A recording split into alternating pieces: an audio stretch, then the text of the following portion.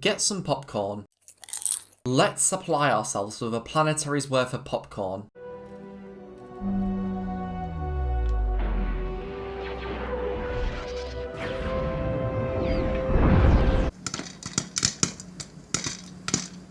And enjoy. Rogue One as a DLC pack in LEGO Star Wars The Skywalker Saga. How would it work?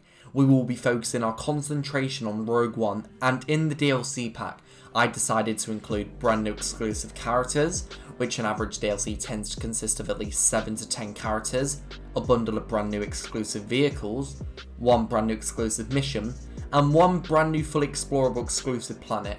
I have covered Star Wars The Clone Wars Season 7 as a DLC pack, focusing my concentration on the Siege of Mandalore, and The Mandalorian, focusing my concentration on Chapter 3, The Sim.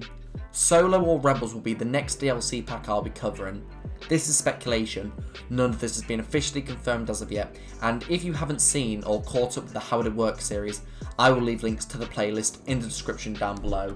The characters I decided to include are Jyn Erso, Cassian Andor, Director Orson Krennic, K2SO, Baze Malbus, Chirrut Imwe, Bodhi Rook, Galen Erso, Saw Gerrera, a Shore Trooper, and a Death Trooper. As the vast majority of the characters are the protagonist and the antagonist of Rogue One, it seemed to be a realistic approach. 11 brand new characters which would be uniquely designed, as well as the other hundreds of playable characters in the roster for LEGO Star Wars The Skywalker Saga.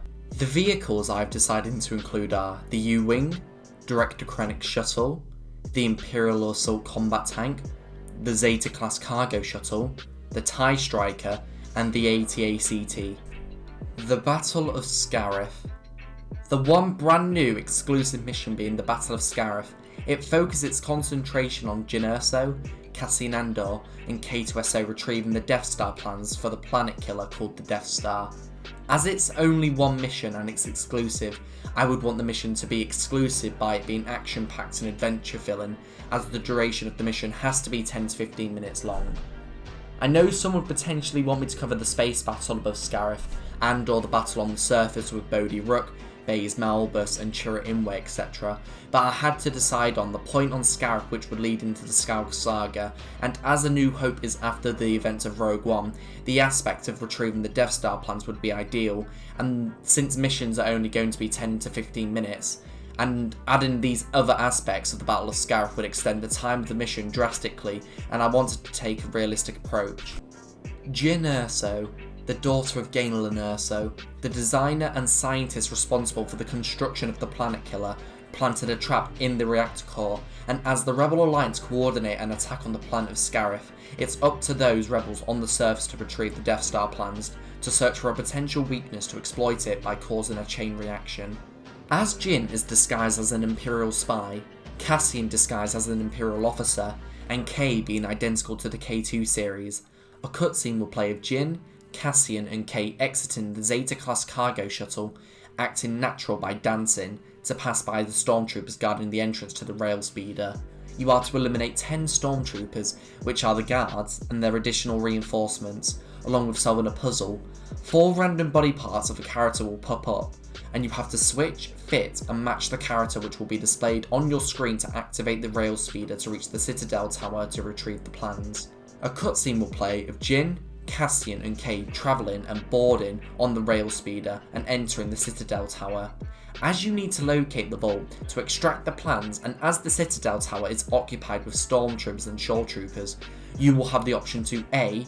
Avoid the confrontation and distract the troopers by destroying your surroundings and building a jukebox, as the troopers will dance and you'll be able to pass by without being detected, or B. Blast through the corridor and eliminate waves of troops, and whether you do one or the other, you will have to solve a puzzle. There will be 4 boxes and each one will flash, and you have to click the order of the pattern to be able to locate where the vault is, and a waypoint will be marked on your minimap. As you approach the vault, and as one of the Imperial officers has halted you, you are to press and hold a button to knock out the Imperial officer. As the Imperial officer triggered the alarm beforehand, troopers are converging to your location, and you are to eliminate 25 troopers, and as some of the troops are equipped with explosives, the control panel to access the vault has been destroyed. If the 25 troopers have been eliminated, you are to repair the control panel from the surroundings for you to be able to have access to the vault. As reinforcements are being dispatched to your location, you have to go in and lock the vault. As Jin and Cassian enter the vault, Kay has one last final stand and holds off against the incoming troopers for as long as he can, to allow Jin and Cassian to retrieve the plans, and switching to Kay, you have to accomplish this by solving a puzzle, and as a dance floor is in the centre of the room, pads will flash and you have to jump on the pads in order following the pattern, and if you manage to do that, Lego parts will drop from an air vent and you have to build a crane to pick up a crate and drop it over the control panel to destroy it and lock the vault to prevent the troopers from entering. Kay fought valiantly and died with honour, sacrificing himself to hope that Jin and Cassian can retrieve and transmit the plans to Admiral Radis, who is in charge of the operation and battle above the planet of Scarif. Switching back to Jin and Cassian, you have to go to the controls to retrieve the plans, and you have to extract the plans. The controls on how to use the machine will appear on your screen.